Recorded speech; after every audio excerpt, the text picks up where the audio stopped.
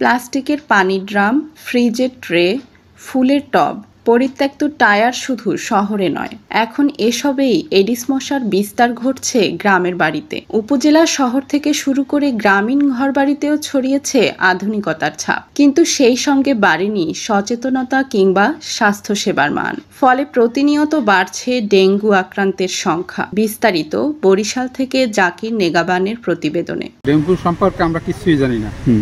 গ্রামে তো মনে করেন আমরা রাত্রেও মশারি টানাই আর দিনেও মশারি টানা লাগে মশার জ্বালা। শহরে তো মনে করেন এই ওষুধ পানি দেয়, আর গ্রামে কিছুই দেয় না। ডেঙ্গু তো মনে হয় শহর অঞ্চলে দেখি যে অনেক লোক আক্রান্ত হতেছে এবং অনেক লোক মারা যাইতেছে, কিন্তু আমাদের দেশে গ্রামে অঞ্চলে আমরা তো দিনে কয়েল জ্বালাই রাখি এবং রাত্রেও কয়েল জ্বালাইয়া রাখি এবং মশারি টানাই ঘুমাই, কিন্তু গ্রামে তো কোনো প্রকোপ নেওয়া হয় না এবং গ্রামের লোক তো অনেক আক্রান্ত হইতে আছে। এবং উপজেলা থেকে কিছু কিছু পদক্ষেপ, জাস্ট লিফলেট, তারপর যে আপনার মাইকিং, এগুলো তো এখন মতো করে না, জাস্ট পেপার কাটিংয়ে যেগুলো জনগণ জানতে পারতেছে এইটাই। তাছাড়া ডেঙ্গুর জন্য আমরা তো গ্রামীণ পর্যায়ে দেখা যায় সন্ধ্যা বা বিকেলবেলা মশার উপদ্রবিত জনগণ অতিষ্ঠ। আমরা মনে করেন যে দেখা যায় যে শহর কেন্দ্রিক যেরকম মশা নিধন ব্যবস্থা আছে, ইউনিয়ন পর্যায়ে বা গ্রাম পর্যায়ে মশা নিধনের কোনো ব্যবস্থা নেই। তাই সবচাইতে ভালো হয় যে আমরা চাচ্ছি যে আমাদের গ্রামীণ পর্যায়ে মশা নিধনের জন্য যদি ব্যবস্থা সরকার গ্রহণ করে, তাহলে আমাদের গ্রামীণ পর্যায়ে জনগণের জন্য একটা উপকৃত একটা ব্যবস্থা হয়। তারপরে এগুলো কালো কালো মশা এগুলো আছে, তারপরে জট্টর এগুলো আছে, কিন্তু সরকারের পক্ষ দিয়ে আমি ইউনিয়ন পর্যায়ে কোনো কিছু আলোচনা পাই নেই, যে শুনিও নাই যে এগুলো কোনো ক্লিনিকে বা আমাদের তালতলি বাজারে কোনো কিছু এগুলো কোনো সেবা টেবা দেখি নেই। ডেঙ্গু মশা সম্বন্ধে আমরা ইউনিয়ন পরিষদে আমরা যখন মিটিং করি তখন ডেঙ্গু মশার সম্বন্ধে আমরা বলি যে ডেঙ্গু মশা আক্রান্ত করতে পারে, এই জন্য সবার সচেতন থাকা ভালো এবং সবাই বাড়ির আশপাশ পরিষ্কার করে রাখবেন। কিন্তু ডেঙ্গু মশার ব্যাপারে যেমন সিটি কর্পোরেশনে ওষুধ ছড়াই দেয় ড্রেনে বা ময়লার জায়গায়, কিন্তু আমাদের ইউনিয়নে এইগুলো এখন যে আসেও নাই এবং আমারও দেয় নেই।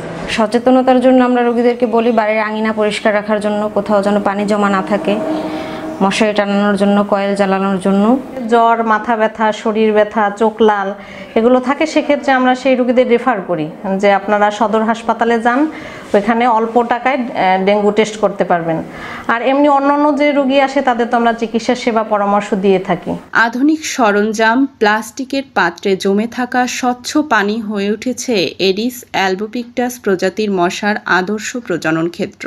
গ্রামাঞ্চলে সূচকের মান 20 হলেই সেটা বিপজ্জনক ধরা হয়, অথচ এখন সূচক 100 ছাড়িয়ে গেছে।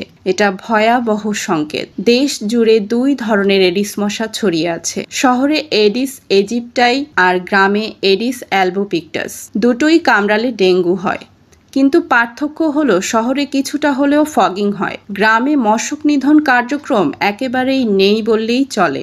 বিশেষজ্ঞদের মতে এই মুহূর্তে গ্রামে জোরালো মশা নিধন কর্মসূচি চালু না করলে পরিস্থিতি আরও ভয়াবহ রূপ নিতে পারে, কারণ আক্রান্ত হওয়ার হার যেমন বেড়েছে তেমনি বাড়ছে মৃত্যুও।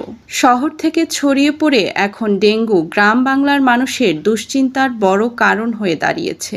মশার উৎস ধ্বংস ছাড়া এটি নিয়ন্ত্রণ সম্ভব নয়, কিন্তু স্বাস্থ্যসেবা, জনসচেতনতা ও মশক নিধনের যে দুর্বল অবস্থা তা গ্রামে ডেঙ্গু পরিস্থিতিকে করে তুলেছে আরও উদ্বেগজনক। Sabiha Alam, Chandradwip news 24.com, desk report.